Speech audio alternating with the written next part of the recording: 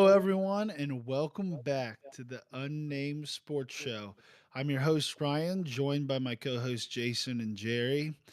Before we get started, don't forget to like, subscribe, follow us on our social media. We're on X or formerly Twitter, whatever that's called now, Instagram and TikTok, all at Unnamed Sports S. But welcome in, guys. Fellas, how we feeling today? Feeling Feeling good. pretty good. Feeling pretty good. This is Almost gonna getting be to a that good one. time. I agree. I agree. It's going to be a real fun one today. There's not much going on in the world, not in the world, sorry, in the sports world outside of the NFL right now. We're coming down to the last couple weeks of the season. We only got 3 games left and then the playoffs. Lots of playoff scenarios, teams in, teams out. So, this episode, we're going to be talking solely about the NFL. And that'll probably be somewhat of a trend coming down the wire here outside of maybe some college football stuff that's going on. But anyway, let's jump right in. What an amazing week 15. I Yeah, started off on a yeah. yeah.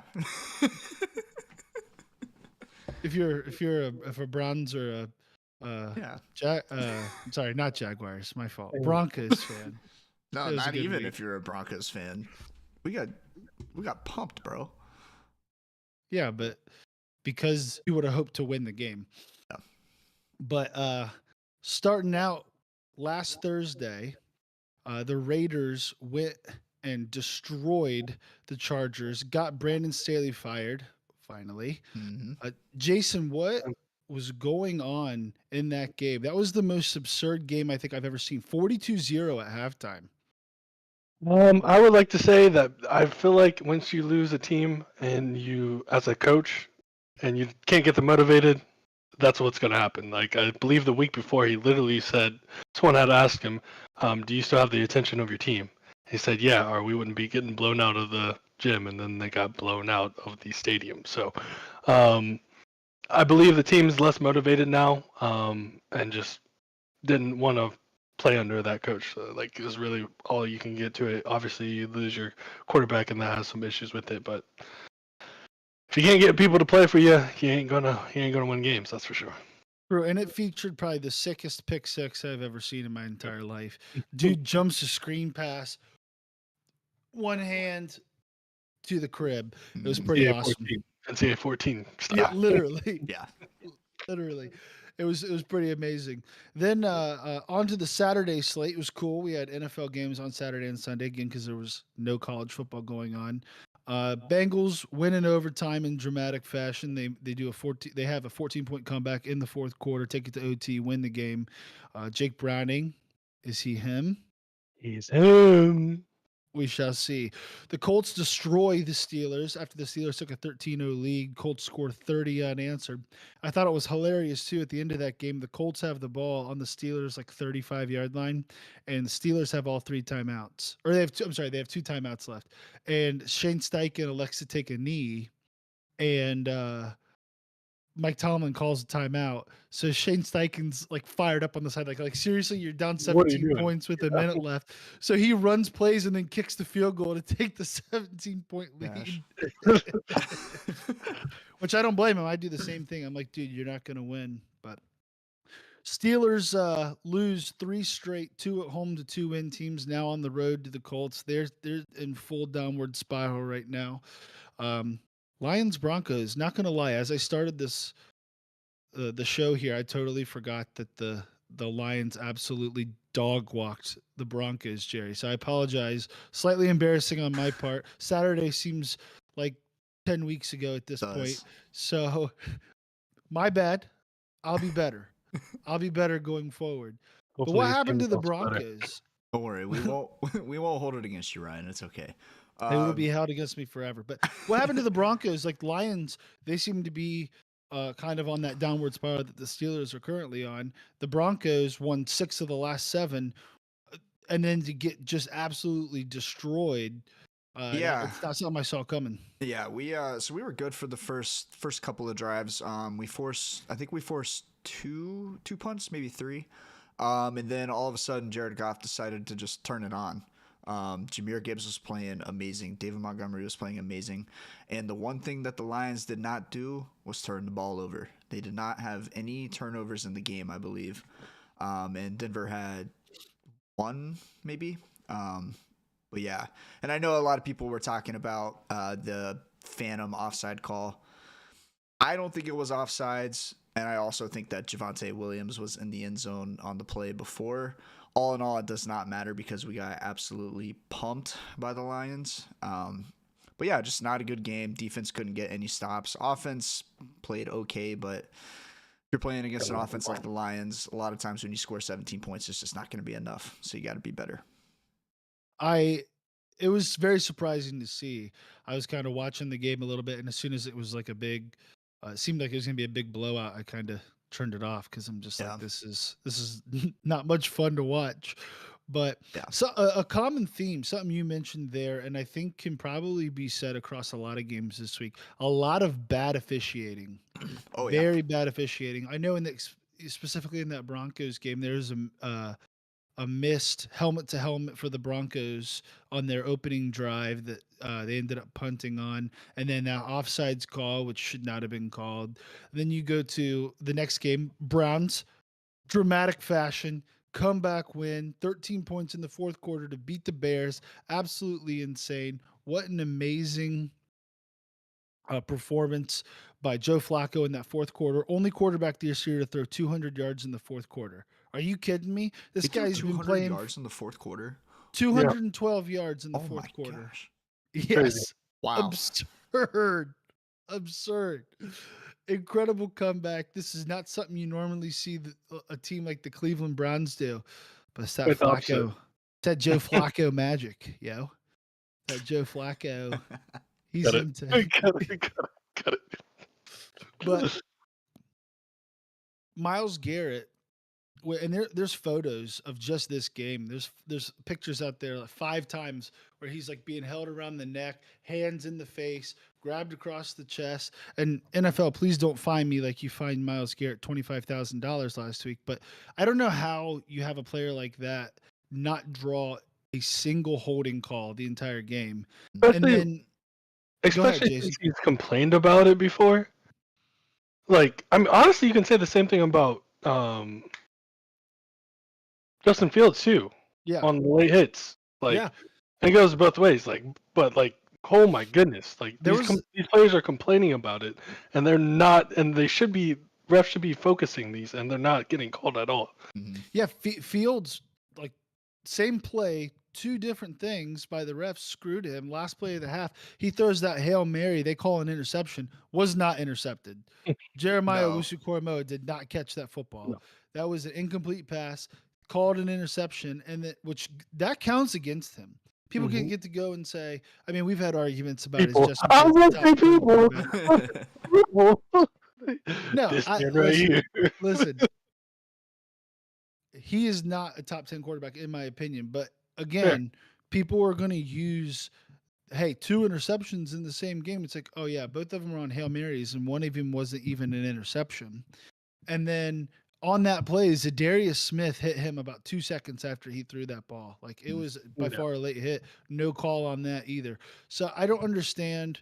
Then like the Browns get called on this holding play where Jerome Ford gets a 30-yard screen and the center Nick Harris, who's subbing in for Ethan Posick, he doesn't even grab him. Like, it's literally like a shoulder push on like the inside of the shoulder pad, called for a hold, called back. So it's just the officiating's got to change. It's terrible. I hate to get on a diatribe about something as, like, officiating shouldn't be what we're talking about, but it's absolutely terrible.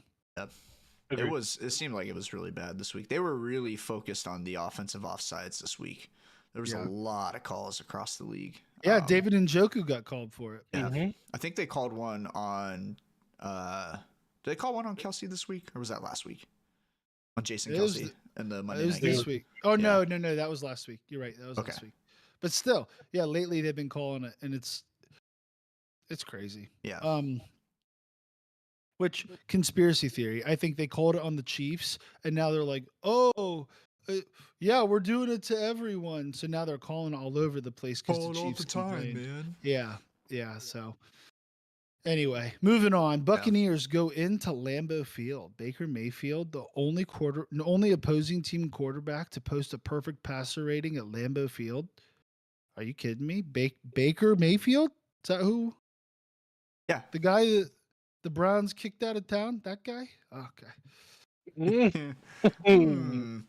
Hmm. But Buccaneers on a 3-game win streak. They win by 14 points. They got Jason's Jags coming up. The Texans find a way to win against the Titans in overtime. Crazy finish in that one. Dolphins kill another team that's no good. Jerry is. Does this mean anything? Because the Jets last week, you think, okay, is this a ball club? Are they gonna make a turnaround? Is Aaron Rodgers coming back? Then they turn around and put up 0 points against the Dolphins, lose by 30. Does this mean are the Dolphins still kind of in that fraud check, or do you think this was a dominating performance that shows that they're a team that could go out and win this thing? So the only thing that this game, that came out of this game is that the Jets are eliminated from the playoffs, and Aaron Rodgers is for sure not coming back now. There's no reason for him to come back. Dolphins, in my book, still on fraud watch.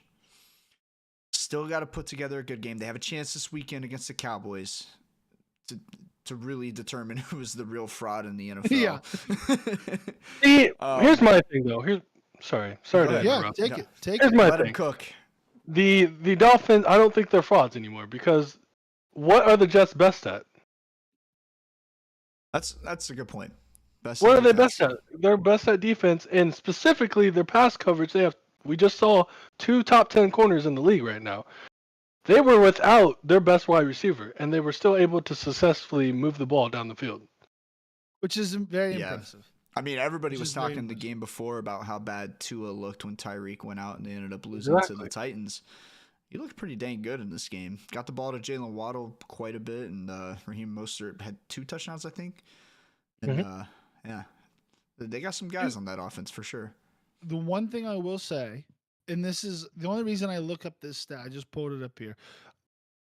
I only looked this up because this is sort of my defense of the Browns being truly a historically good defense.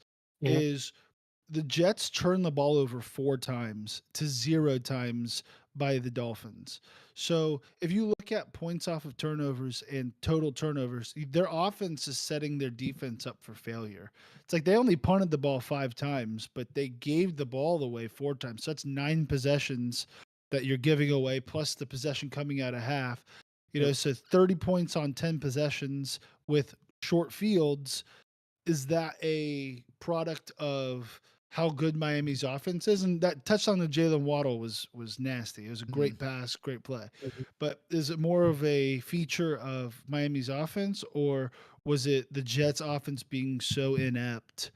I look at some of the Browns games we've lost. It's like, okay, well, yeah, we got beat bad by the Broncos, but that's because we turned the ball over in plus territory several times. And same with the Rams. It's like we threw an interception that was returned 40 yards. It's like, even the Bears game. The Bears only scored 17 points. 2 of those were off. One was a true pick 6, and the other one they returned it to the 2-yard line. So it's like, yeah, I mean, not to just go back to. If you look at the first half of the game, the Jets didn't have a single drive that lasted more than 2 minutes and 30 seconds.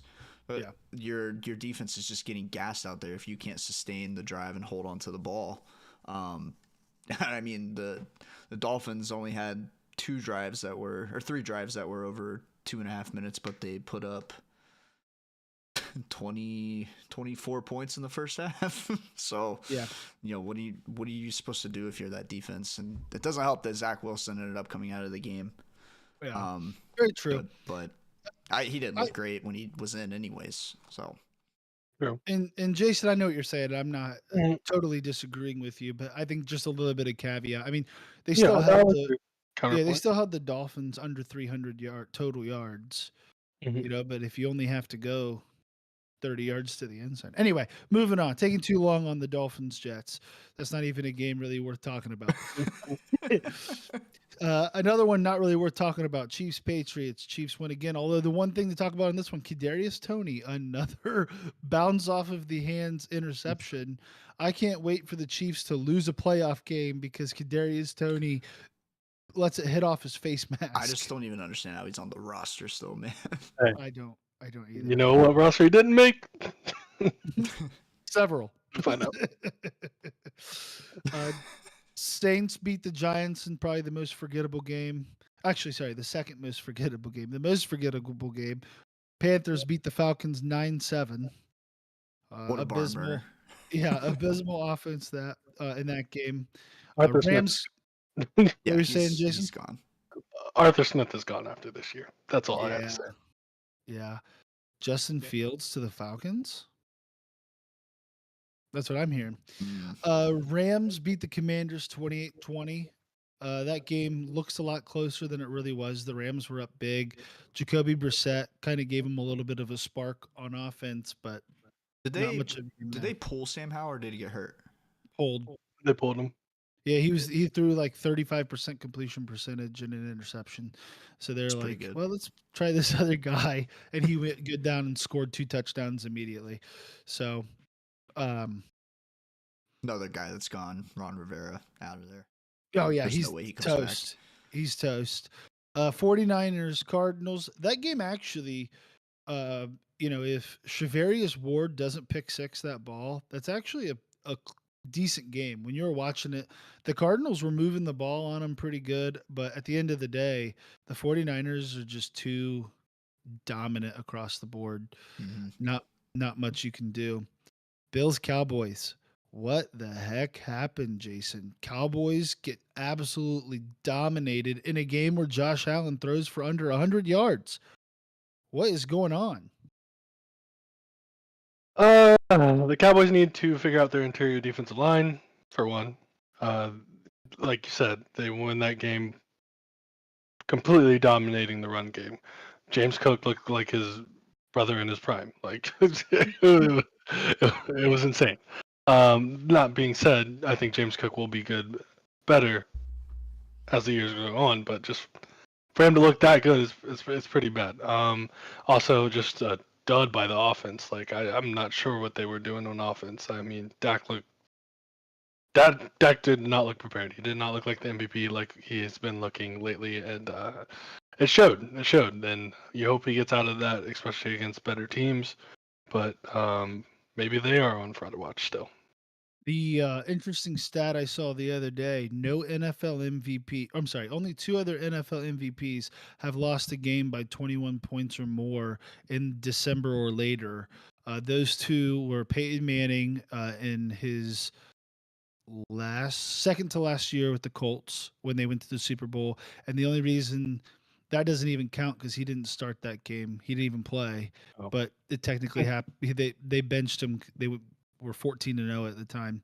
And then you have to go all the way back to like 1988 was the last time an MVP won and lost by 21 points. So it's not impossible. The Cowboys destroy everyone at home and get destroyed on the road. It's been the sort of the what's happened all year. Yeah. Yeah.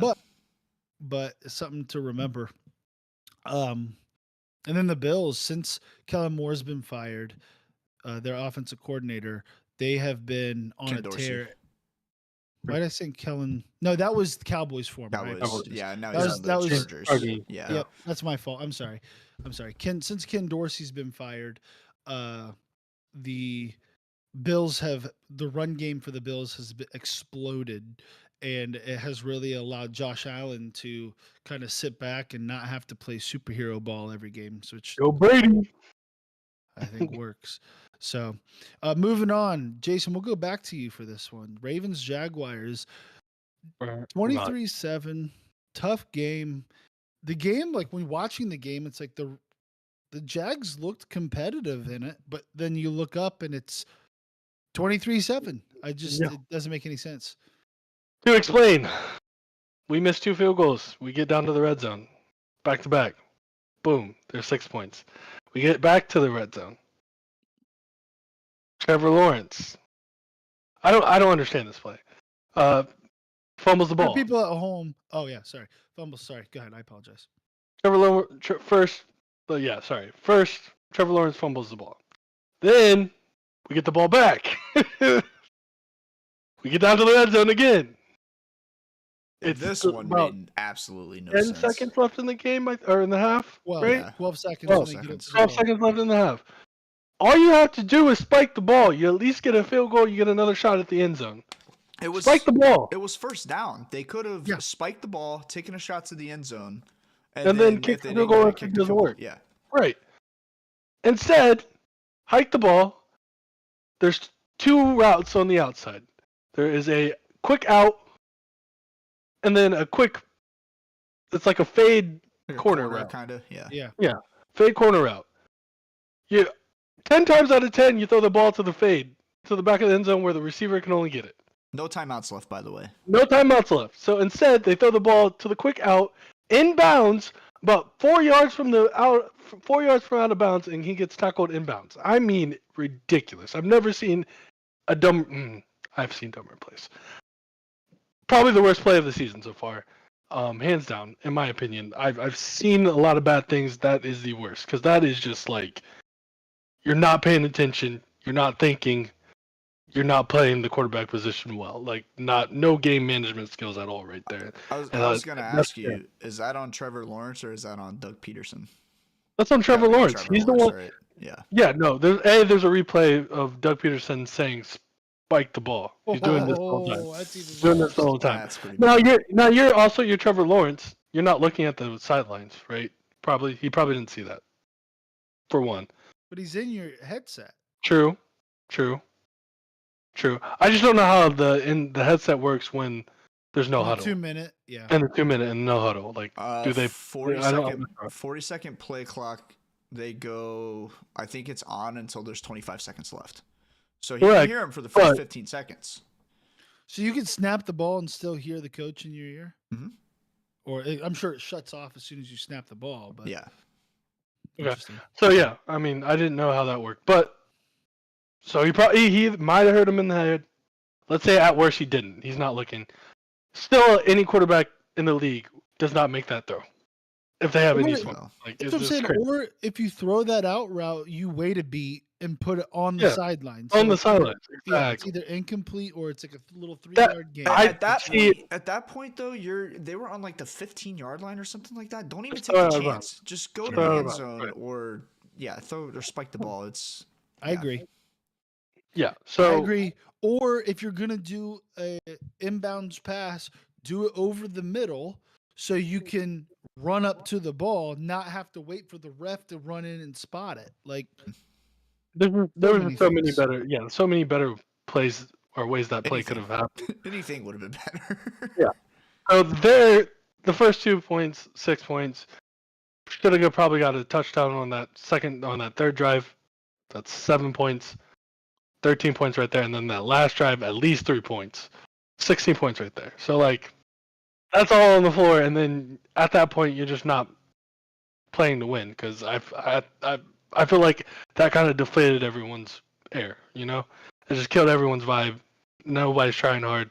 It wasn't good. It wasn't good. So, concussion with Trevor Lawrence, too, at the end of the game, not looking the best. That being said, easy schedule coming out. You gotta win a game against the Buccaneers, who's been playing a lot better. But you win that game, 2 easy games left. Playoffs, please. Yeah, it's not even division. It's playoffs at this point. Yeah. Yeah. It'll be interesting to see. It's coming down to the wire for everybody at this point. Tough loss. 3 straight losses to the AFC North for the Jaguars. Hate to see it. You're not in the AFC North. That takes us to Monday Night Football with a shocking, crazy ending with the Seahawks and the Eagles. Jerry, Seahawks 20, Eagles 17. Last second pass from the former Bronco himself to Jackson Smith and Jigba. I mean, the Eagles also, similar to the Steelers, 3-game losing streak, downward spiral. Good thing they've already clinched at least, right? Yeah. Jalen Hurts does not look like Jalen Hurts. That offense is so out of sync. I don't know what's wrong with them. I know What's he wrong with was. him? He doesn't have Shane Steichen anymore. I That's think what's that wrong with him. might be it. But I know he was sick before the game. He was like questionable coming in. But even before this week, last week against who the heck did they play last week? The Cowboys, right? Yeah, Yeah, Cowboys, and then the Niners the week before. yeah. They are just completely out of sync. Defense looked a little bit better this week, but the last 2 weeks also did not look great. They ended up getting Matt Patricia and put Desai up in the box. So Matt Patricia is calling the defense now. But man, what a catch by Jackson Smith and Jigba. You've seen that ball dropped by a lot of receivers so often this year, and he has it like barely on his fingertips, has to re-grab it, gets 2 feet in bounds. Great play. I want to say also, I don't know if that interception at the end was an interception. I don't think he got his foot down. Yeah, Yes, he he clearly got did. his foot I down. don't think he did. His left I leg don't hits think he his did. teammate and it And it forces his scrapes, toes on the yeah. ground. Yeah. Also, you Come want to talk on. about bad officiating? That was a PI that was not called. Dude's literally tackling AJ Brown as he goes to the ground. Yeah. No. Yeah. Yeah. No. I think AJ Brown just couldn't mad. have a shot at that ball. He's just mad because that lost him his fantasy. it did lose me my fantasy. Yeah. Yeah, I'm pretty PO'd about that one. But first of all, bad play call. They have 2 timeouts left. They're almost in field goal range. They got to get like 15 yards. They had Gainwell underneath. He could have got 20, 25 yards at least. He was wide open. They ended up taking the shot to AJ Brown. Just That's not a bad play call. It's bad decision making by Jason. No. It was a bad play call. It was a Did you bad hear the explanation of the call? No, I missed that. He literally said, "We called that play to look for pass interference." Yeah. Hold on. All right, good. Then you're right. I'm just saying, if Gainwell's wide open underneath with 2 Agreed. timeouts left, Agreed. Yeah. You But gotta you- hit him underneath. Gotta hit the check down. You see the safety coming over. Like, If he's explaining it that way, he was probably Then- told to throw that ball. yeah. Would be my guess. 100%. 100%. Eagles fall to 10-4. They had a golden opportunity to really seal up the division. Now it's, I think, if they still both them and the Cowboys win out, that they win the division. I think that's right. But at this point, you have no faith that the Eagles are going to be able to do that. So They do have a That- pretty easy schedule, though. They got the Giants twice and the Cardinals. So still, you never know. with this team, still. Yeah. But that was week 15 in the NFL. Crazy week. We're coming down to the wire. I mean, we're talking some serious playoff picture, playoff implications. And having said that, let's take a look at what the AFC and NFC playoff pictures look like right now. So, starting in the AFC right now, if the playoffs were to start today, Ravens have the 1 seed, Dolphins the 2 seed, Chiefs the 3 seed, Jaguars clutching, holding on to that 4 seed. Browns, the first wild card spot, they would go to Miami. The Bengals with that second wild card spot, they would go to. I'm sorry. Cleveland would go to Jacksonville. I apologize.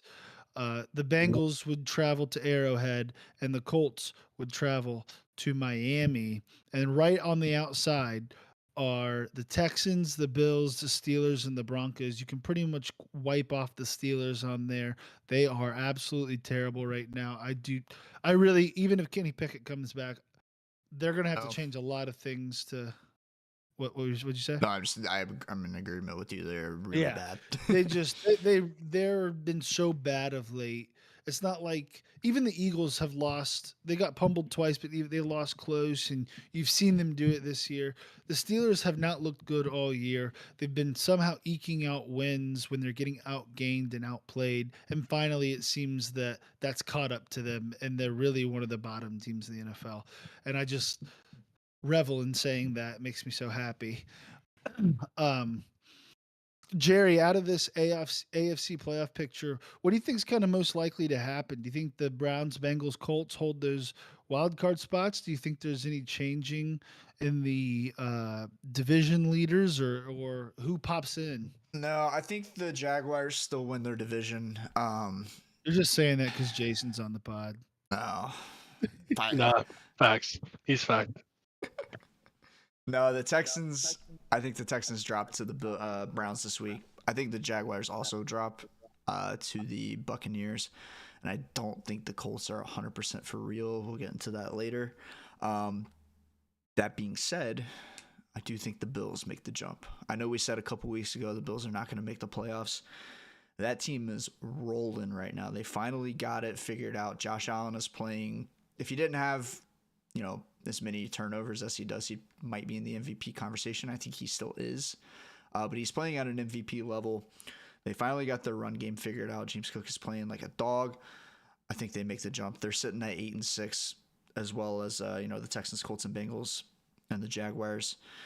So I think they're going to make the jump and hop into that 7 seed. I think it's going to be your 4 seeds on the left. I think it's going to look exactly like that. And then you're going to have Browns. I think the Bengals stay there as well. I think they're good enough. And I think the Browns will get into a spot where they clinch the 5 seed come week 18. So they're going to set their starters, play the Bengals. Bengals will beat them. And that's what's going to get them into that 6th spot. And then the Bills will jump the Texans and Colts and get into the 7th spot. Yeah, what'll be interesting to see is the Jaguars Colts and Jason, you can elaborate more on this, but the Jaguars have a decently tough opponent this week in the Buccaneers, who have been red hot lately. The Colts play the Falcons, who stink. So Colts, Jags have a tough opponent. Trevor Lawrence may not be playing, and the Colts have an easy opponent. They could take the spot, but the Jags have the 2-game tiebreaker over them. Jason, your thoughts kind of on that, and what do the Jaguars got to do to maintain that division lead?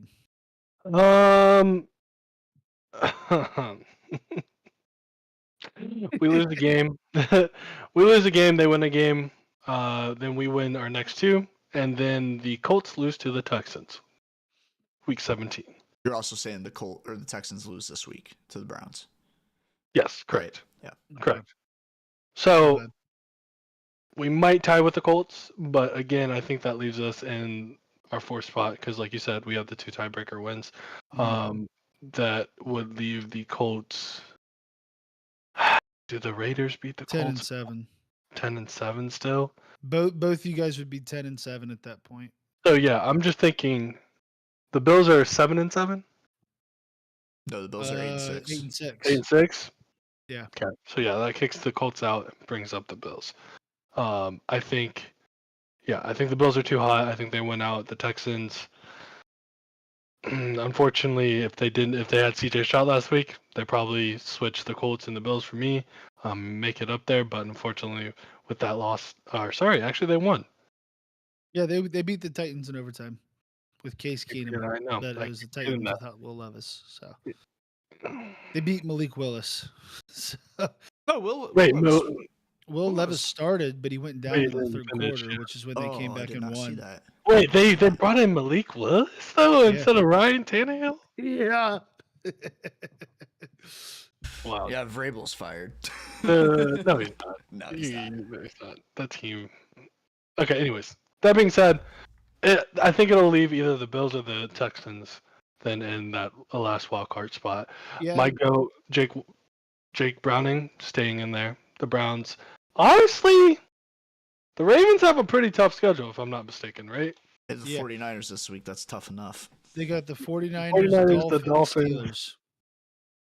If they could easily drop 2 games. If they drop two of those games. The playoffs run through Cleveland, yo. If we win out. Which, let's not count it out. Case Keenum is not a bad player. The Houston Texans are a good team. They could have Nico Collins back. And then the Jets are pretty bad, but they beat the Bills this year with Zach Wilson. They've beaten a lot of good teams. They beat the Philadelphia Eagles. So, I mean, they could beat us. And then the Bengals are red hot too. So I'm not counting. The Bengals are going to be playing hard week 18 to make the playoffs. Yeah. So it's going to be definitely down to the wire. It's not impossible to win the division, though. I mean, no, I believe it. And how amazing would that be? We're going to another game. We're going to the playoff game if Cleveland is hosting. Cleveland hosts the Jaguars. They fall out. I go to the 5 seed. What?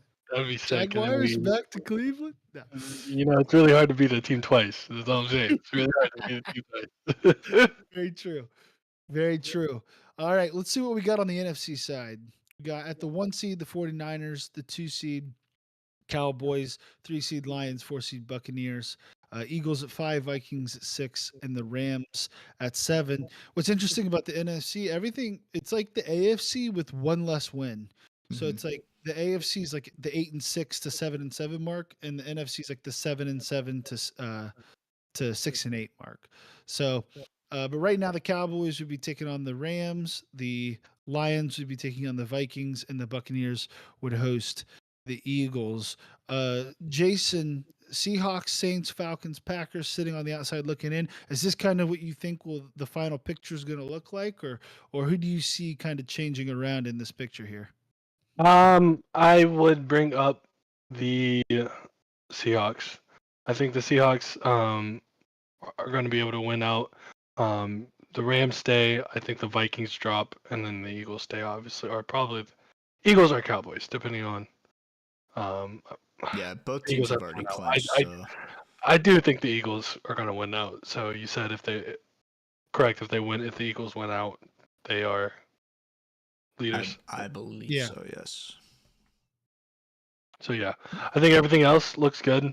Everything else is staying. The Buccaneers are pretty hot. I don't see the Saints or Falcons overtaking them. And then yeah, Rams, Seahawks, Eagles. Rams are kind of that sneaky team. Like they looked terrible at the beginning of this year, and then Injuries. yes, when Matt Yeah. Stafford and Cooper Cup came back, they just exploded offensively. It's been pretty impressive. Jerry, what in this picture do you see changing? Who do you think stays? Anything flip? What's your thoughts? I hate to do this, but I 100% agree with Jason. I think it's going to be Eagles, Ew. Rams, Seahawks, Vikings Don't drop you out. know that sports shows are built I on know it's built on controversy, Jerry? controversy. You know what? I'll give you some controversy. Saints overtake the Buccaneers It's in the my NFC South. turn. No, yeah. Saints overtake the Buccaneers in the NFC South. There you go. There's my controversy. They're both 7-7. Saints. I can't even say Saints win out. That's. They're not very good. I don't even. I want to take it back. Like I hate the Saints. That team is the worst team to watch in the NFL right now. Maybe outside of the Falcons because they can't get the damn ball to Bijan. But yeah, Eagles, Rams, Seahawks in the wild card spots, and then 49ers, Cowboys, Lions, Bucks. I think the Eagles are going to drop one more. I think they're going to slip up against the Giants. Tommy DeVito's gonna get one on them. Tommy DeVito is going to be sacked. The Saints literally killed him. So Yeah. who knows what's going to happen? I think the Vikings probably are the most likely to drop out, but I actually think the way the playoff picture looks right now will be the final teams in. I don't think this will be the standings. I think Eagles take the division from the Cowboys, and I think that the Vikings probably fall to that 7 seed. Rams jump to the 6 seed, but I think these will be the final 7 teams from that NFC side. I don't trust the Seahawks. I think Drew Lock is not that good. And even if Geno Smith comes back, he hasn't had a good season either. So I don't trust them. I trust Kevin O'Connell and Justin Jefferson coming back, which he will come back at some point, right? Or is he out the season? He's back. He's Yeah. already He already played, came back. He played Okay. last week. He got played hurt last week. again. He got. That's what I'm saying. Or no, So I that didn't was the know- week before. Sorry, That was the week before, Okay, yeah. so then Yeah, he played last week. Okay. Yeah. Yeah. So I think that team's going to be they're going to be able to eke out enough wins to hold in the NFC there. But this is kind of what the playoff picture looked like. It's going to be super exciting. I think the NFC definitely is a little bit more set than the AFC is. AFC, so many teams can still make it in. I think there's something like 21 teams that still could potentially make the playoffs going into week 16, which is absolutely absurd. Insane. So crazy. it's going to be fun to watch, and honestly, just can't wait. Really can't wait. It's one of the first time since 2020 I've been excited coming down the stretch for the playoffs. So Wonder why. here we go, baby. Boo. But moving to the next kind of topic here, what we do every week, we got our NFL power rankings. What we do, we all create our own power rankings. We aggregate it together. We throw it into the computer. The computer spits us out through a very intense and complex algorithm the top, the 32 teams in the NFL, all ranked in order. So you can trust that as of week 16 of the NFL season, these are the top 32 teams in the NFL, starting at the bottom. From 32 up to 25, we have the Panthers, the Patriots at 31, the Jets at 30. The Patriots and Panthers have steadily held the two worst teams in the NFL spot for, I believe, 6 weeks in a row now. So, yes. Very Hey, that's impressive. making a good race for that number one pick, though. Well, the Panthers are But doing a good yeah, job for the Bears. they're tanking for So no reason.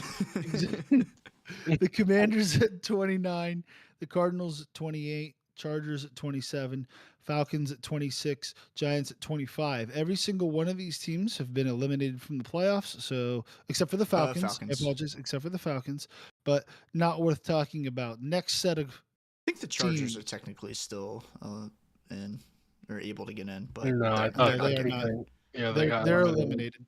with the Titans this week. Yeah, the Titans, the Titans, the um Jet or Yeah, anyway, doesn't matter. Jets. Yeah. Yeah, Doesn't matter. doesn't matter. They They ain't all suck. making They're it not in. making the playoffs.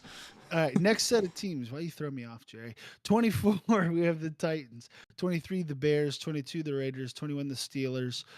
20, the Saints. 19, the Vikings. 18, the Packers. And 17, the Seahawks. One team we didn't talk about there, the Packers, just got beat by the Buccaneers at Lambeau Field. Jerry, what about the Packers gives you hope? And what about them do you think they just won't be able to get over the hump? And overall, do they make some sort of a run here to make it to the playoffs, or do you think those other teams are really better situated at the moment? So I think a sign of light for the Packers is definitely Jordan Love. He's looked pretty good. He's kind of shaky to start the year, but here in the last couple of weeks, he's looked really good. The receivers have started to catch the ball. Unfortunately, the run game hasn't really been there. I know Aaron Jones was out for a little bit, but he was back this week. But they lost A.J. Dillon, so they lost their 1-2 punch there, unfortunately. The really worrying side of the ball is the defense. Their defense stinks. They cannot cover anybody. They cannot stop anybody. I think Rashard White for the Buccaneers had like 150 yards of total offense this week. Baker Mayfield, 4 touchdowns on him. 381 passing yards. 381 passing yards. If you had Perfect told pass me rating. 3 years ago that Joe Flacco would be playing for the Browns and Baker Mayfield would be playing for the Buccaneers and they would lead lead the league in passing this week, it'd be just crazy. But I wasn't Yeah. sure where you were going with that, but I really enjoyed it at the end there. Yeah. The top 2 passers in the NFL this week were Baker Mayfield and Joe Flacco, yo. Joe I don't know which Flacco. one's more crazy. That or the AFC and NFC offensive player of the week before. Oh, yeah. Yeah. Zach Good old boy Wilson Tommy and Arizona. Zach. The Packers defense is too bad. They're not gonna be able to stop anybody. They're out of it, man. Honestly, yeah. the Panthers might beat them this week too. That'd be tough. No. That's a tough No, look. look, seriously, the Panthers hold most of the quarterbacks to their worst games. They actually have a good passing defense. That's all I'm going to say with that. Leave it at that. Interesting thought. That would be tough to lose to the Panthers. Your playoff hopes are definitely over I'm at saying. that point. Moving on. This is kind of the back half of the good teams. This is in that echelon that's like trying to fight their way into the playoffs, secure a spot, make it down the stretch. At 16, we have Jerry's Broncos, 15, the Colts, 14, the Rams, 13, the Texans, Buccaneers at 12, Jason's Jaguars at 11. Wouldn't it be cool if all of our teams were alliteration, like Jason's Jaguars, and if only your name was Barry's Broncos and Gary is Jonkos. and I was Brian's Browns? Wouldn't that be cool? But unfortunately, that's not how it Imagine not goes. being born with the same initials as your team. That's I crazy. know, embarrassing. Number 10, the Bengals. Number 9, the Eagles. Jerry, Broncos 7-7. I know we talked about them a little bit in that the Detroit game at the beginning of the show, but what do they have to do here down the stretch to make the playoffs? I don't know for sure. If they win out, are they in, or do they need a couple things to break their way? No, they need some stuff to break their way. Okay. Unfortunately, because they lost that game to the Texans, I Okay. think that's what's kind of holding them back. Luckily, they do have a pretty easy schedule coming up. Patriots this week, Chargers next week, and the Raiders to close out the season. So three very winnable games. But man, it starts this week. You got to win. You got to beat these teams to get in. Yeah, you need help, but it starts with your own team. Offense has got to start clicking. They got to start pushing the ball to Cortland Sutton and Jerry Jeudy instead of relying on Javonte Williams. Javonte Williams just isn't there this year. I think he had what 20 something yards on Saturday against the Lions. Like it's just not his day. So Russell Wilson's got to be better, and the defense has got to play like they have for the last couple of weeks. They got to force turnovers, get some stops, and like I said, with these three games coming up, very easy to do. They're not easy, but doable. Nothing in the NFL is easy, but it's doable. They'll need some help, and we'll see what happens down the stretch. It's going to be interesting to see. What did you make of Sean Payton literally yelling in Russell Wilson's face on the sideline when they didn't score three straight possessions? Did you see that? Yeah, and that was after the offsides call. Yeah. So I'm not sure why he was yelling at him. But I mean, I like it. You're the head coach. Take control of the team. I know he's your superstar quarterback, but if he's messing up like anybody else, give it to him. Set him straight. Put him in his place. You're the head coach of the team. You're the guy running the team. Take control of the team, which is something that Nathaniel Hackett did not do last year, which is why I'm glad we went out and got Sean Payton. I somewhat agree, but then on the flip side, you have to treat him like anybody else. But at the end of the day, to sit there on the sideline and scream at your quarterback for it didn't look like he did anything on that. I mean, maybe he rushed up, maybe he changed the play. I don't know, Yeah. but it doesn't make much sense. Like that's something to me. I would think that you pull him aside, like, hey man, like next time, we're in these situations, blah blah blah, instead of getting in his face, screaming at him there. That seemed to me to be a bit much on the sideline. But I also understand where you're coming from. And when you had Russ doing the stuff he was doing last year and being more of a distraction than a help, maybe you do need somebody to do that to him to get him sort of straightforward. So Dangerous. Mr. Unlimited. I've done some dangerous things. Interesting. All right. The top That's my quarterback. 8 teams in the NFL. By the way, biggest movers this week. At number 9, the Eagles, they drop 5 spots. Pretty unbelievable. And then moving up to number 6, we'll get to them in a minute. Bills +5. Biggest movers. But top 8 teams at number 8, the Chiefs. Number 7, the Cowboys. Number 6, the Bills. Number 5, the Cleveland Browns. Number 4, the Lions. Number 3, the Dolphins. Number 2, the Ravens. And number 1, the San Francisco 49ers. The Cleveland Browns hold that 5 spot simply because they continue to find a way to win. This was not their best week of football, definitely, but the defense played outstanding regardless of the 17 points given up. As I talked about earlier, we gave up 14 points basically off of 2 pick sixes. It was technically not a pick six on the first one, but it was down to the 2-yard line. And the offense truly gave up 3 total points. And on that possession, there was a phantom pass interference call. So it's like, I mean, we're talking like really almost 0 points given up truly by that defense. They are absolutely incredible. And when you have somebody that through their first 3 games is throwing for over 950 yards in the first 3 games as a Brown, that's Joe Flacco, for 200 yards in a fourth quarter. Like, that's a team that honestly could make a run going down the stretch. Each week I've been saying kind of like, okay, we just got to find a way to win. Somebody else is on IR. A new player is injured. A new favorite isn't going to be there. But then Joe Flacco has come in and breathed life into this locker room, and he has looked. I mean, I'll say outside of the second half of the Baltimore game that Deshaun Watson played, Joe Flacco has been the best quarterback to put a Browns uniform on this year. Mhm. And I think if he can remain steady, we could win a playoff game. We could win 1, 2 playoff games, and who knows at that point what could happen. So the Browns at number 5, best defense in the One NFL. quick point on the Browns too. With Denzel Ward being out, that secondary has really done a great job of stepping up. Martin Emerson and Grant Delpit have played like incredible. Martin Emerson has given up 0 touchdowns this year. Yeah. Nobody's talking about that. His PFF grade's terrible, which I don't understand, but he does. He plays so well. He's so long. He's so physical at the line of scrimmage. His biggest weakness is against kind of those speedy guys, but he's a great player. That whole defense is playing amazing. And again, as we come down the stretch, I truly believe in that defense. And then rounding out the top 2, the Ravens 49ers, it'll be amazing to see them play this week.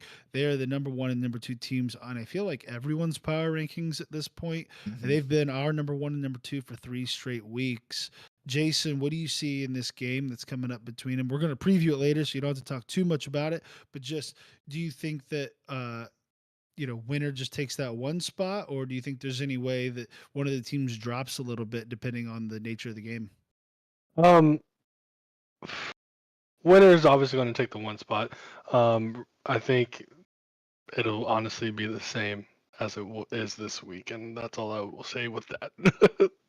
We'll get into that here in a little bit, but these are the power rankings. Remember, this is math. This is like new math. This is like how we've created this. This isn't just someone's random opinion. This is a poll off the street. We're using real calculations to determine these NFL power rankings, and these Correct. are the definitive NFL power rankings heading into week 16. We're going to take a quick break, and we'll be right back after this, and we hope to see you here soon.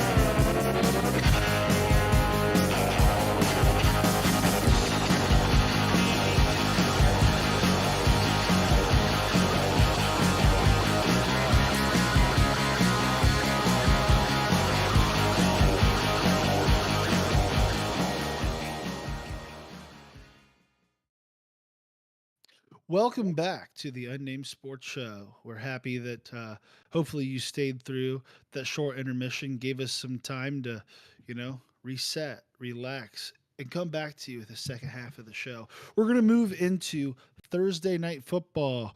We got two NFC teams that are vying for playoff spots right now. Both teams sitting at 7-7. The Saints outside looking in, and the Rams holding that 7 seed in the NFC playoff picture. We just looked at it, and even I can't remember, I guess. But the Rams are 4.5 point favorites at home. Matt Stafford playing on fire right now. The Saints team kind of just under the radar. Can't trust them, I don't feel like, but they still have good players on that defense. Jason, what do you think as far as how this game is going to unfold, and what does each team need to do to win the game? So the win con, in my opinion, is obviously going to be turnovers. So I believe the Saints have a solid defense. They also have one of the highest scoring defenses in the league. So if they get the ball from the Rams more than the Rams get the ball from the Saints, I do believe the Saints will win this game. That being said, I think you're going to get your best game from both of these teams, and you're going to really see, I think, a high-powered offense on both sides. And I believe the Rams will end up winning this game. Jerry, where does your gut tell you as far as who's going to be able to make the most plays coming down the stretch in this one? So one guy we didn't talk about earlier with the Rams, we mentioned Matt Stafford and Cooper Kupp, and obviously we know that Puka Nacua is having one heck of a rookie season. How about Kyren Williams coming back from injury? He has put He's up on a heater. He's on a heater. 152 yards last week, 114 the week before, 88 and 143, and then the game before he got injured, 158. Dude is absolutely lighting it up. I hope you have him on your fantasy team in these fantasy playoffs because I think this is his game. I think he's gonna have I think he's gonna hit 100 yards. I think he's gonna get a rushing touchdown. Hopefully for Jason's moonshot bet coming up. Oh, do you? Oh, do you? But yeah, we know what Matt Stafford's gonna do. He's gonna hit those out routes to Cooper Kupp, maybe down the sideline. Another nice, 63-yard pass that he put up against the Commanders. I just don't. Something is wrong with the Saints. They're very similar to the Falcons in that they don't know how to get it to their best players, like Alvin Kamara. I know Chris Olave was out last week, but they're just like boring to watch, man. If you sit down and watch a Saints game, you might fall asleep. Honestly, it might be the cure to what is it? Insomnia. Insomnia. Thank you. Jeez, I could not think of the word. That's all right. But yeah, they're boring to watch. I'm in agreement again with Jason on this one. I think the Rams pull it out. I think they cover the spread, 2 scores at least. I don't know about the over. I think the under is the move in this game. I don't think the offenses are gonna light it up like you think they are. I think the Rams are gonna get up big by 2 scores going into the second half and start running the ball more. So they're gonna bleed a lot of the clock, and that's gonna kind of hinder the scoring a little bit. It will be fun to watch. It seems like finally we're maybe getting some Thursday nights. Like last week was a dud of a Thursday night, but maybe we get some Thursday nights coming down the stretch. It's funny to think like next Thursday night after this one, it's going to be Browns Jets, and that was originally supposed to be Deshaun Watson against Aaron Rodgers, and instead we get Joe Flacco against whoever the Jets roll out there. I have no idea who Joe it's gonna Flacco be. revenge game though. Exactly. If he doesn't get hurt this week. Why would you even say that? What is your problem, dude? Are you kidding me? Look, everybody is hurt. Everybody on that team is hurt. I'm not trying to jinx you. I just knocked on wood. I want to knock on the wood. I just knocked on wood. I hope he doesn't get hurt. I want to see the Browns do well, but you don't know with that team, dog. Get out of here. You don't know with that All team. right. All right, we're moving on. I can't believe you just said that. All right. We're moving on to our favorite segment. I need a little bit of happiness in my life, a little bit of that jolly goodness going into the Christmas season, holiday season. My bad on that canceled. one, folks at home.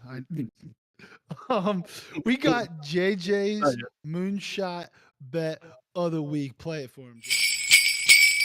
Ho, ho, ho, ho, ho.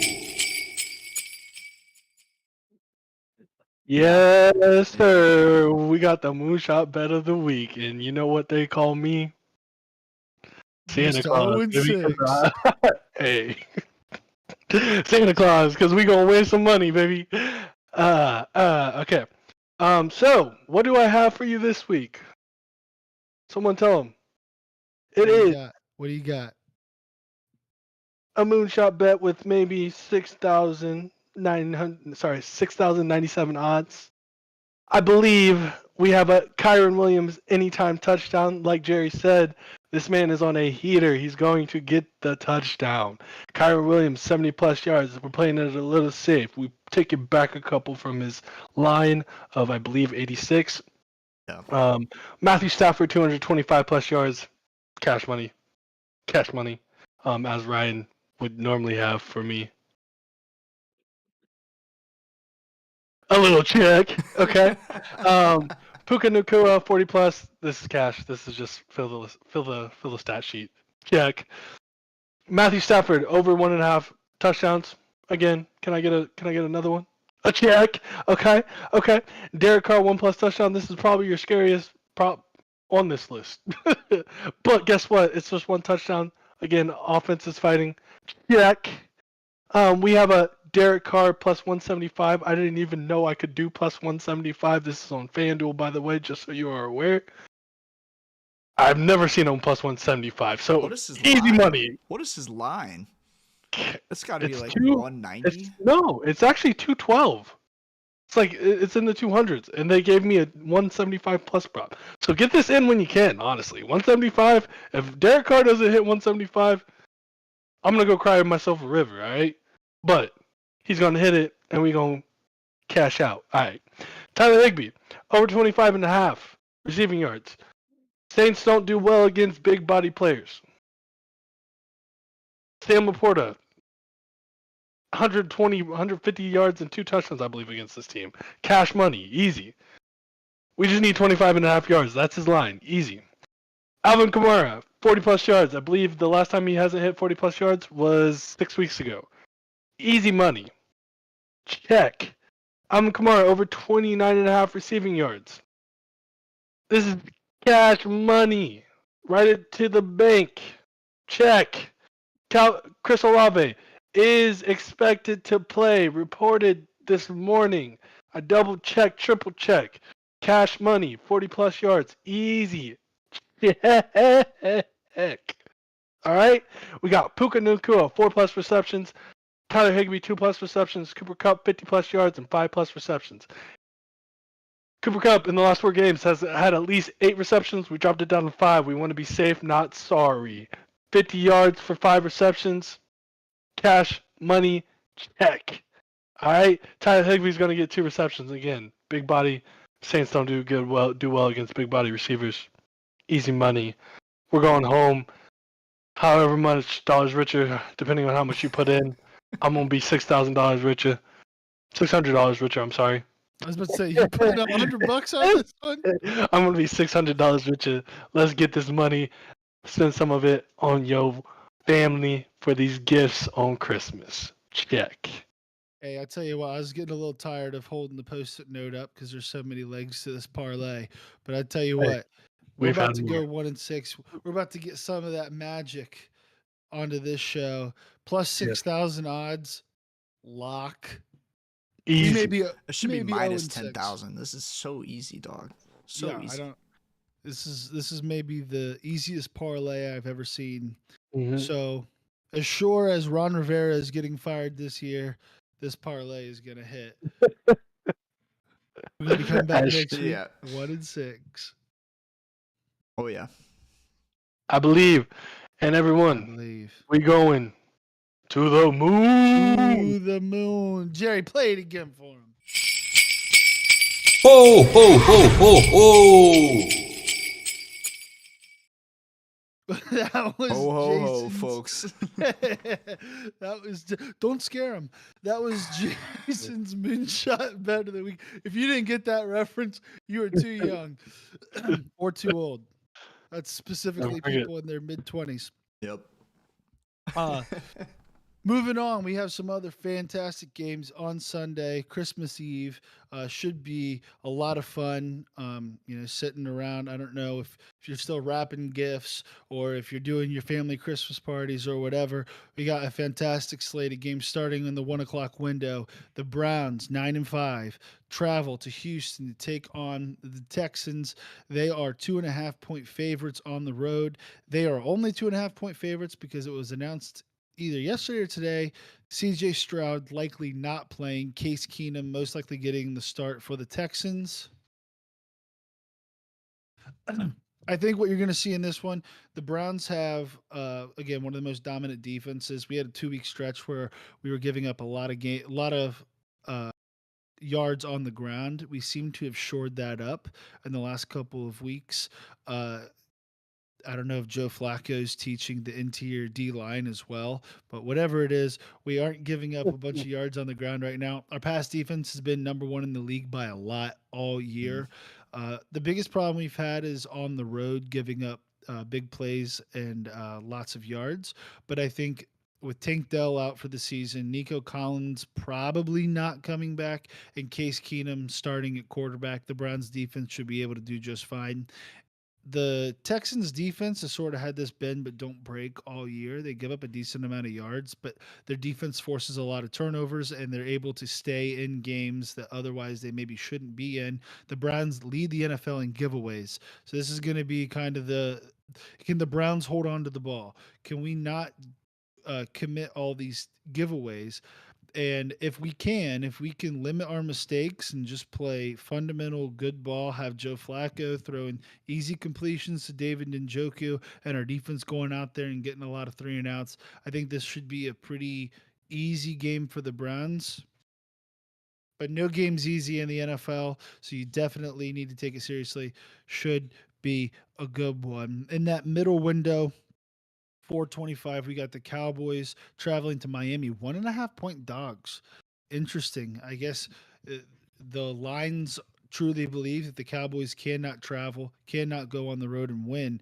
Jerry, what do you see happening in this one? Yeah, I think if the Cowboys had even played marginally better than they did last week, they'd probably be favorites in this game. But after last week's debacle by Dak Prescott and that offense, there's just no way they could be favorites in this game.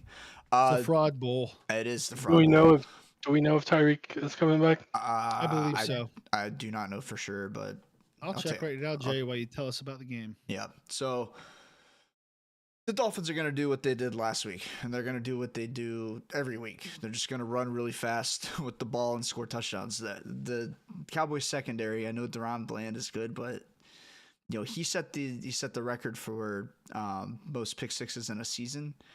But otherwise, their secondary is not very good. They give up a lot of big plays, a lot of yards through the air. And Tua, Tyreek, and Jalen Waddle are the perfect guys to kind of exploit that. On the ground, Raheem Mostert and Devon Achane are going to have a big week. Raheem Mostert, 2 touchdowns last week. I think he continues that this week. They're going to get inside the 20, do a big pass to Tyreek or Jalen Waddle. Even Braxton Berrios, who freaking knows at this point? They got so many guys on that team. Raheem Mostert, they're going to get inside the red zone, give him the ball. He's going to go for 15 and a touchdown. It's going to happen twice. They might even get him out of the backfield. They might even hand the ball off to Tyreek out of the backfield. I don't know. They can do whatever they want on that offense. As for the Cowboys, they're not for real, man. They're not for real. Dak is no longer the MVP favorite. Bradley Chubb is going to be all up in his grill all game long. Zach Martin's not playing this week, correct? I know he went down last week.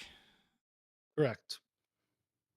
Yeah, so they're not going to Also, anything. update, Tyreek Hill, most likely playing. He didn't practice today, but it's all part of making sure he's all cylinders go on Sunday, according to Mike McDaniels.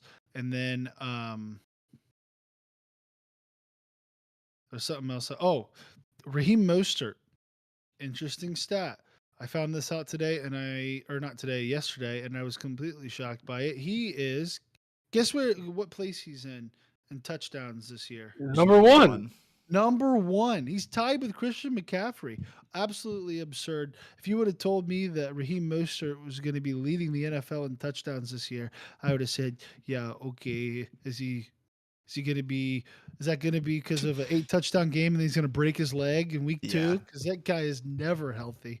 So yeah, it turns out he's pretty darn good at football. Yeah, when he can stay healthy, when he can have like a 1-2 punch, he's not your bell cow.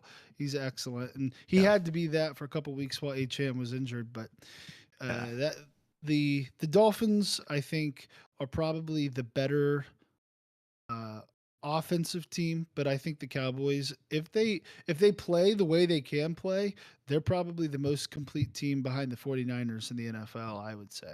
Yeah, so I would agree.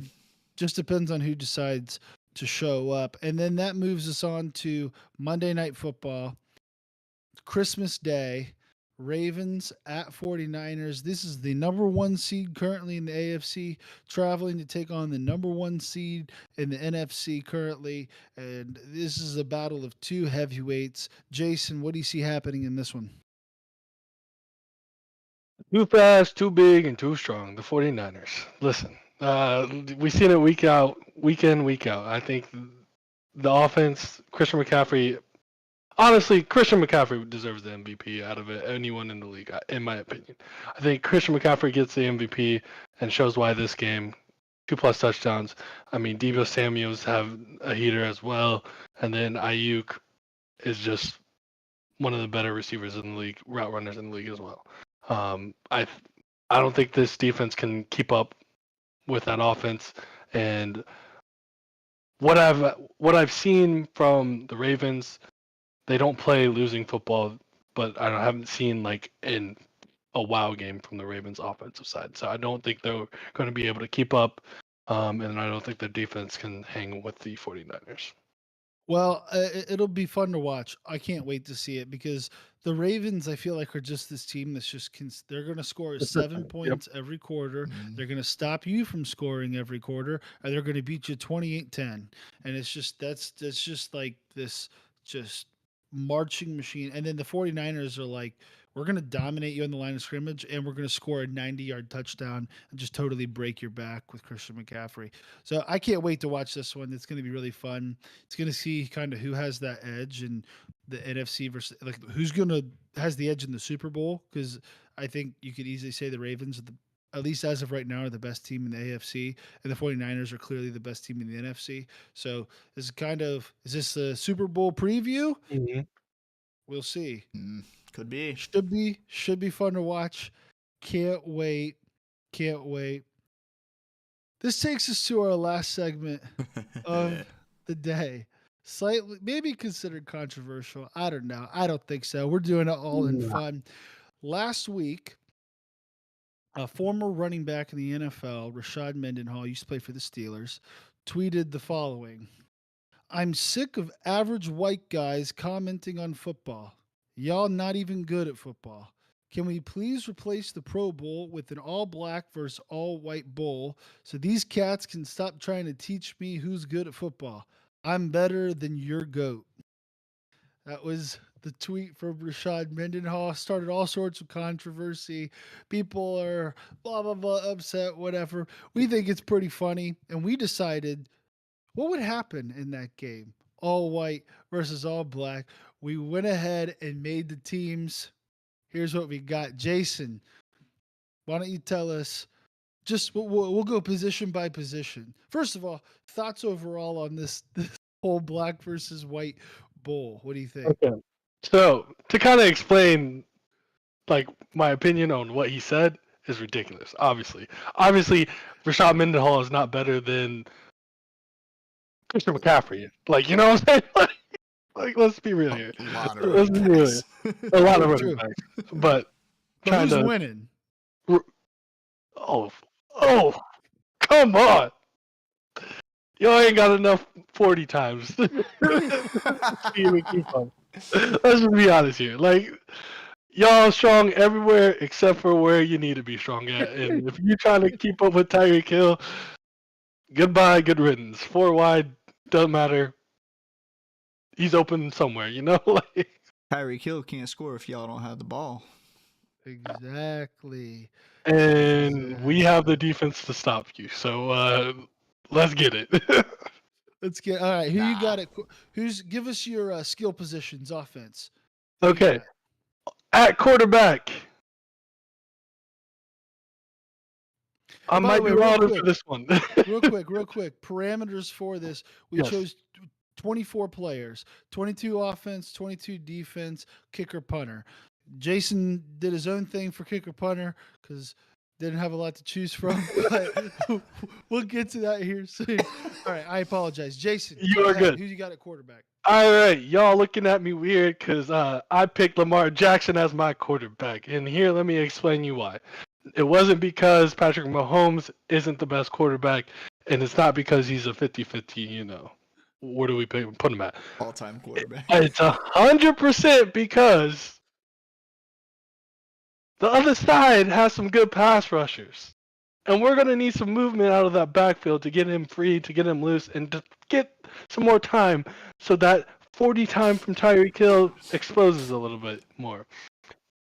Lamar Jackson, our quarterback, we're going to run with him. He's going to be able to give us more time. At running back, do we need a running back really? Probably not, but just in case we need to run the ball a little bit, we're picking up Saquon Barkley. Also, another parameter we didn't explain, we're not picking injured players currently. So, I couldn't pick up Nick Chubb, unfortunately. Derrick Henry, little washed. Saquon Barkley is our running back. He can catch out the backfield. He's a good blocker, very fast, very athletic. We're going with Saquon. Wide receiver, our number one, Tyreek Hill. Enough said. Why? GG. He's fast. He's faster. He's better. You can't keep up with us. We're going at least 3 wide every game, every play. At least, at minimum. If we're not 4 wide, fire me as a coach. Or fire. Well, you'll see who our coach is. Tyreek Hill. Yeah, we picked coaches too. Justin Jefferson, wide receiver 2. Best route runner in the league. Do I need to say any more? No. Okay, cool. AJ Brown. I'm going AJ Brown at 3. Stronger, faster. Go up and get him. Also runs good routes. What more do I need? Devontae Adams. Best release package in the... We need a slot guy. Someone's going to have to play in the slot. You know? Devontae Adams is big body, can do it all guy as well. But who's going to be the inside guy that can run those routes? Honestly, any one of these receivers, probably other than A.J. Brown. But, enough said. And we have a wide receiver 5 because, again, no kicker. All right? There ain't a kicker. Our punter's our kicker. We got an extra player to play around with. Why not expose the other side's weakness and go with CeeDee Lamb? All right? No tight end. We don't need a tight end. Oh, we got all the tight ends. Who needs them? All right? Here's another place where we dominate at. Oh, wait. Were we just doing skilled? Yeah, you gonna let me? You gonna let us? Sorry. Go ahead. My bad. Thank you. My Jerry, goodness. tell him who we got at quarterback. Quarterback, easy pick because we couldn't pick Joe Burrow. Josh Allen. We're going to turn around and hand the ball off to our running back. Best running back in the league, CMC. You know what we're going to do next play? We're going to turn around, hand the ball off to CMC. You know what we're going to do next play? We're going to keep it. Josh Allen around the edge. Josh Allen up the middle. We're going to run the ball all damn day long until we hit that pop pass to Travis Kelce and then to George Kittle. You got TJ Hawkinson. We might even, if we want to count subs. I ain't going to say the subs. We got too many tight ends to count. And then you're going to expect the pop pass all day long to Kelce, and then we're going to hit you over the top when you're least expecting it to Cooper Kupp. Just like Matt Stafford did this weekend. He literally did it this weekend. Matt Stafford might be our backup quarterback for that reason. 63 yards, Cooper Kupp down the field. We might not get a chance to throw the ball. We might have to have the ball for 99% of every quarter. 14-minute drives, 23 plays, 75 yards, CMC 1-yard touchdown. We can even tush push with Josh Allen. Man, it's going to be so easy on the offensive side of the ball. I ain't going to talk about defense. It's going to be so easy on the offensive side of the ball to just run the ball. Just run the damn ball. That's all we got to do. Tyreek Hill cannot score if he does not have the ball. And we'll get into it here when we talk about the O-line, but yeah, when you got Christian McCaffrey in the backfield with Josh Allen, we may even throw a little triple option in there. Ooh. How you stopping that? Ooh. How you stopping that? Let me help you out there. Fast players on the other side of the ball. You It's kind of crazy how that works, you know? ain't. It's kind of crazy how that ain't. works. It's kind of crazy how that works when your defense can also play We fast. don't need to go off for 40 yards. We just need 3 yards in a cloud of dust, baby. 3 yards of play. Yeah. Do that. No, you're right. Run a triple option against Michael Parsons and Myles Garrett. No, that makes sense. That makes so much sense. You're not going to have them on the same side. And if you do have them on the same side, we ain't running it that way. My edges are protected. You're not getting around that. Look, you ever seen Army play football? Hey. You ever seen Army college play football? Yes, I have. That's us. Congrats. Also, actually, you're running a 3-man front. We're running it up that B gap every single play. We are running a 3-4. Yes. Does it have to be a 3-4 blank? No, it's a 3-4 over. All right. You got too much speed, not enough size. We're gonna be bullying you. 6'4", 340 pounds. 6'6", 300 pounds. 6 foot 300. Bully. You know who that 6 foot 300 person is? Stronger than any one of your mans. Yeah, Aaron Donald. Nah, he ain't stronger. Aaron Donald is the strongest player in the NFL. Aaron Donald is not 340 pounds. I said 6 foot 300 pounds, and I said, do you Oh. know who that person is? Aaron Donald. Sound like you Washed. said 6'6", 340 pounds. Yes, that is Chris Jones. Yeah. Oh. Yeah. Oh. But you Yeah. only get to pick one of those, though. Why? Or you're starting both of them? You're putting it Chris Jones at the 3, end? 4. Yes, correct. 3, 4. Oh, you're totally getting cooked. Inside. Yeah. No, absolutely not. Christian Game McCaffrey's over. gonna All right, have all right. We're getting too the caught up best on day. players we haven't even named yet. We're getting too caught up on players we haven't named yet. We also have fullback Kyle Juszczyk. He's, best fullback in the NFL. Watch out. He's like a freight train coming through that hole. Jason, why don't you move on to that O line? Who do you got for us? All right, where I Who's think we getting also cooked by our defensive line? no one. Where I think we also have the advantage at is our offensive tackles. So much so, one of them is playing guard. Trent Williams. Trent Williams, locked down. I don't care if it's Nick Bosa. I don't care if it's Joey Bosa. I don't care if it's whoever you want. Throw them against them. They getting locked. Elton Jenkins, top 10 guard.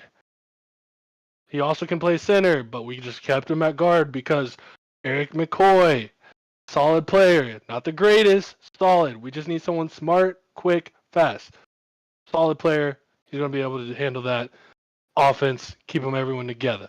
Andrew Thomas is our tackle that we moved to guard. Big body. All right? Other than his rookie year, has been one of the better tackles in the league. Boom. Done. Laramie Tunsil, another quick, one of the better offensive tackles in the league. I believe he's ranked 3rd behind Trent Williams and Lane Johnson. Fills out our offensive line. Strong, fast, quick, agile. We got everything. We're running the ball. We're throwing the ball. They can do it all. That's pretty good, but that doesn't really. I mean, we'll get to our defensive line and why that's really why we have the advantage here. But let's Easy. move. So Let's move to our offensive line. We got a great group, especially interiorly. Interiorly, Oh, yeah. we are Yeah, you can have absolutely that. set. that's We're all we need. absolutely set. You can have Left that. tackle Colton Miller, good ball player. Good ball player. Mhm. First guy in, last one out. Guy, real lunch pail kind of guy, hard worker, coach's son. You know what I mean? I think you can say that about our entire team. Left guard, we got the belly himself, Quinn. How do you pronounce his last name? Miners. Quinn Miners. Yeah, he's is he a rookie or a second year? Second year. Second year. He kind of went viral because there's a picture of It's his him, second year. and his belly is literally like this. He's just looks like he's ridiculous, but he is absolutely Sexy. bullying people. He is throwing people out the club. Like, Yeah, he's get playing out like the a way. monster. He's mean. He is mean. Let me He's see him the do it to number one- Aaron Donald. He'll throw Aaron Donald out the club. This is his 3rd year. Sorry. Third yeah, year. Well, he's- still. Aaron He Donald. is mean. He's a monster. Then you got Jason Kelsey, the man, the myth, the legend himself. By the way, sexy. Voted second and sexiest man alive. Anybody on your team voted sexiest man alive, Jason? No? That's weird. Right guard, Chris Lindstrom. Right guard for the Atlanta Falcons. He's been Are we playing a football game or are we doing a fashion show? yes. Oh. I don't want to get into fashion show. We'll lose that one 10 times out of 10. But at right guard, Chris Lindstrom. He's been the number 1 ranked PFF guard in the NFL this year. Absolutely dominant. And of course, right tackle. Jason, you were saying earlier, top 3 tackles in the league. Who were they? Trent Williams, followed by Lane Johnson. and Lane that's who Johnson. we got, right tackle. You ain't getting past him. You can go past him because we'll be running it up right up the middle. That's our O line. Switching over to the other side of the ball, Jason, who you got for that D line? You've already told us. You already told us, but but Look, we'll give the official. right. Yeah, oh, they're so good up front in the interior. Oh yeah, so we bring up the big boys, all right, and they're playing more inside than outside. He wants me to run a 3-4 with my defensive ends at the 4-5 spot. No, we're bringing them inside, all right. These big boys are stopping the run, all right. We got Aaron Donald, best pass rushing interior defensive lineman in the league, right?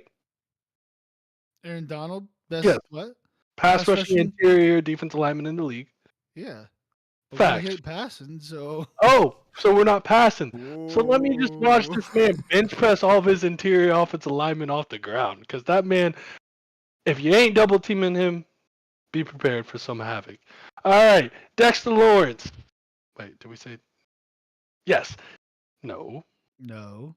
Quinnen Williams. Also, what was PFF rankings? Ryan, you want to give those back to me? I think Quentin Williams was number Dead last. 2, right behind Dexter. It was not dead last. They both were in the lower to mid 90s. Oh, Pretty good. so really good, really good, really good, really good. And then in the inside, we do bring in Dexter Lawrence for our nose tackle. He is big body, 6'4", 340 pounds, pure lean muscle. Jason Kelsey, unless you pulling, you got to man up on this guy every play, pounding him. Tossed out the club. I do love Jason. I if you see this stuff, I'm like, I love you, Jason. But we gonna bring you some heat today, all right? Dexter Lawrence is gonna get drove to the second level, bro. No. Just all day long. No. Y'all gonna start. You're gonna have to start running some zone plays, and that's when you see the Jason Kelsey athleticism.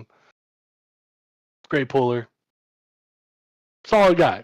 That being said, I hit you with that when it comes to game time against the blind the side. Blacks versus the Whites, Dexter Lawrence, big body inside, gonna dominate. All right. I have outside linebackers. We'll call them edge players. We have Micah Parsons dominating whoever we line him up against. Let's say, is Myles Garrett? You're a Browns fan. Myles Garrett usually lined up on the right side. He bounces around. He does bounces around? normally. He holds that down probably 40% of the time, but he'll line up over center, line up at the left side. Let's keep him on the right side. Let's keep him on the right side today. He's going to line up against Colton Miller. Yeah, we're How running you off the like right. that matchup? We're running off the right every time. Oh yeah, all day long. Then we'll flip Lane him. Johnson to Michael Parsons. I'll take that matchup. Then I take we'll flip Colton him. Miller to Myles Garrett. We're sticking on that right hash all day. So, that being said, on the other side, Micah Parsons, best pass rusher in the league. Quick, fast, also strong. Has a Khalil Mack type dead arm. Yes. Micah Parsons, best pass rusher in the league? Come on. Since he's been in the league, I think he's been the best pass rusher in the league. Maybe not this year, since he's been in the league. You got another guy on your team that's the best pass rusher in the league. Yeah. But all right, go ahead. Myles Garrett is good. Don't get me wrong. I like Micah as well. Pass rusher specifically, in my opinion. Oh, specifically. That's it. All right, let me see what you guys are rocking with on the defensive line. So this is the strength of our ball club. Our program is built on this defensive line. Okay, and we're gonna get into it a little bit later. We got cornerbacks, we got safeties. Maybe not the best players on the field. Maybe not even on an NFL roster. But guess what? You don't need to rely on your corners and safeties if their quarterback's getting sacked every play. So our D line, we got 4 of the best pass rushers, and they're passing every play, by the way. 4 of the best pass rushers in the game today. At the edges, we got Nick Bosa, Max Crosby. Nick Bosa right now, the number 2 pass rush rate winner in the NFL, number 1 rated defensive number 2 rated defensive end in the NFL. And then Max Crosby right there as well. He's in top 5 in pass rush percentage win rate, and he didn't come off the field. Guys plays 100% of snaps, workhorse. He's a dog. Inside, you got big body D end Aiden Hutchinson. He'll be holding down that nose tackle. He'll be swim move right over that center, split the double team, causing pressure up the middle, force Lamar off the spot. Then the edge is going to keep him contained, slowly collapse that pocket. And that third spot, the motor, the constant running, the guy that never gives up on the play. I hate that he wears a Steelers uniform, but TJ Watt. You kidding me? You kidding me? You guys can get sacked 30 times. Easy. 30 times. And then, we'll go ahead and move on to our linebackers since you sort of did linebackers. I get it kind of fits into your scheme, but that's fine. We got 3 of the hardest working, first guy in, last guy out, Big hustle hard guys. nose, big hustle player linebackers in the league. We got Blake Cashman. All right. He's having a stellar year, top 5 PFF grade. We got Logan Wilson. What team is Blake Cashman for the people that don't Texans. know? He plays for the Houston Texans. Then you got Logan Wilson. He plays for the Cincinnati Bengals. Guy has been injuring players left and right with that hip drop tackle. You guys best be watching out. Y'all better bring the subs, boy. And then You don't want us to bring the subs, OSU boy. legend. We'll injure them too. OSU legend plays for the Ohio State Saints. We got Pete Werner. He's holding down that outside. He's going to take that slot player. You kidding me? Devontae Adams against Pete Werner? Bro. Pete Werner all day long. Locked down. Easy. Locked down. We're coming with heavy pressure. We're blitzing. We're coming off the edge. You guys don't know what's coming. All right, you don't know what's coming. We know exactly what's coming. And that's why we brought Lamar with us instead of Patrick. All right. Let's start to wrap this up real quickly. Who do you got at the back end of your defense, and give us your kicker and punter as well? So we have our middle punter. We have our middle linebackers. JOK. We got to get someone to cover those tight ends. Best pass coverage linebacker in the league. Right behind him in pass coverage, I believe, is also our other middle linebacker. Oh, sorry, rewind. I forgot. We took JOK off. We need a big body linebacker, run stopper. We got Raekwon Smith in there, and that is because our other linebacker for the 49ers, best rated linebacker in the league. Ryan, can you give me his name? You talking about Fred Warner? Fred Warner, yes, sir. And he shuts down all those tight ends. He also is good in run coverage, locking down. Back in for our DBs, we have cornerback Jalen Ramsey. When it comes to a guy one-on-one, stop.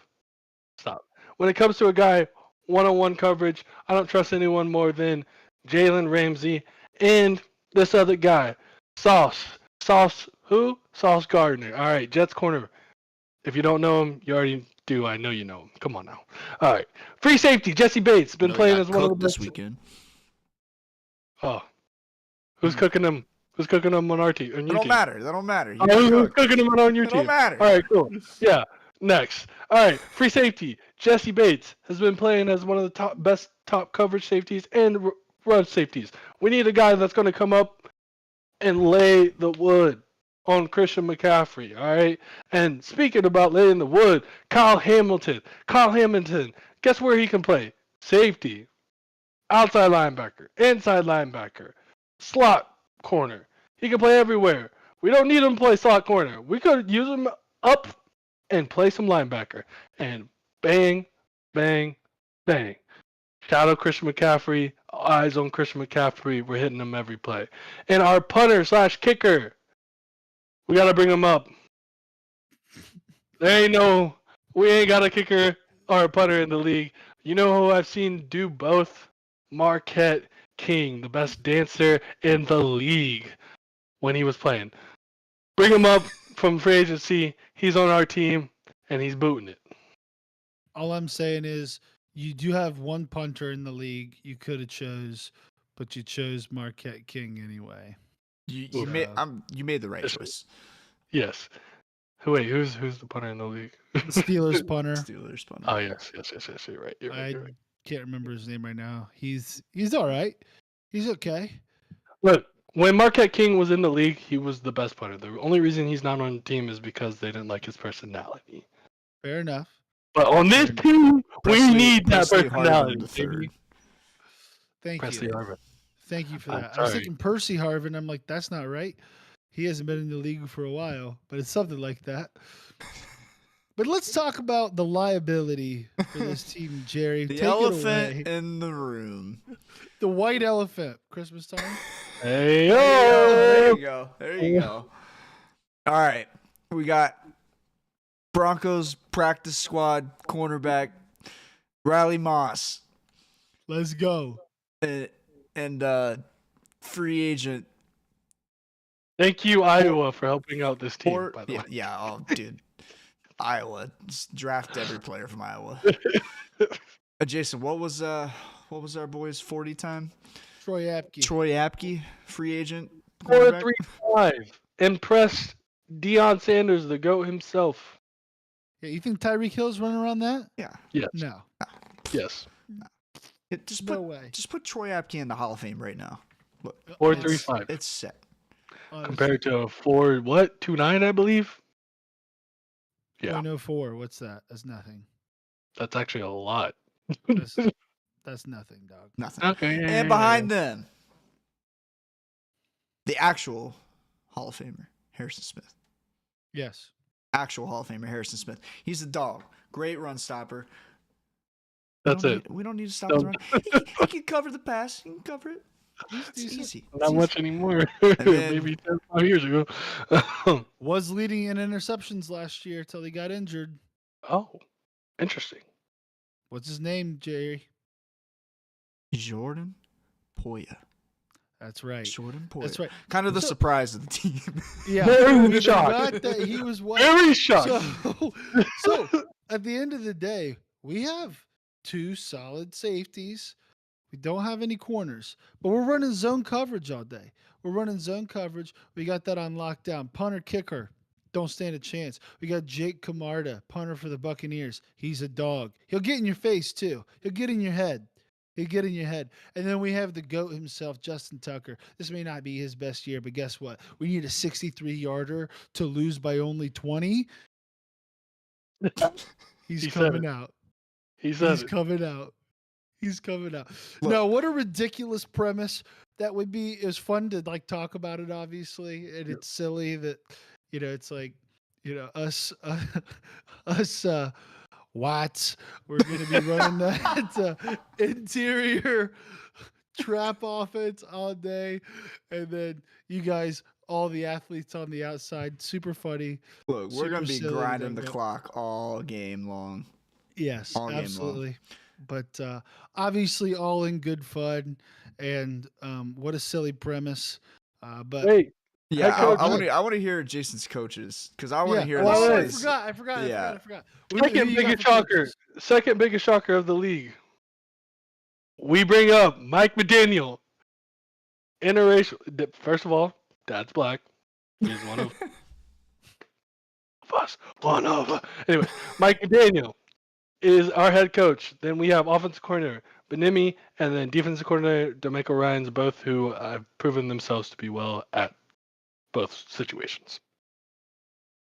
There you go. There you go. Our coaches, head coach Andy Reid, offensive coordinator Kyle Shanahan, and defensive coordinator Bill Belichick. Two of the best coaches of all time, and one up and comer. Come on, get out of here, man. I mean, if Andy Reid can't draw up some points for us, I don't know who can. All right, I don't think it might it's be the hard. Points we got to worry. But our points. It's not our points. Someone draw up a defensive back for you. Listen, Bill Belichick's going to be in Lamar's head. You guys may get a lot of yards, but he's going to force some turnovers. He's going to make him make a mistake. Take the ball back. And y'all can't kick field goals because y'all ain't got a kicker. Yeah. So there you go. Go ahead and do a YouTube search for my boy kicking field goals. All right, he's done it. I've seen it. You There can you do it. go. Well, anyways, what a funny premise. What a funny thing to think about. Obviously, very silly, but we had a really good time with it. We had a really good time with this episode. We want to thank you guys for joining us this week. We will see you next week. Everyone have happy holiday, Merry Christmas, Merry Happy Christmas. Kwanzaa, Happy Hanukkah. Whatever you celebrate, we hope you have a good one. Make sure to follow us on our social media at Unnamed Sports S. And don't forget to like and subscribe here on YouTube or wherever you find podcasts. We'll see you next time. Peace out, everybody. Lit.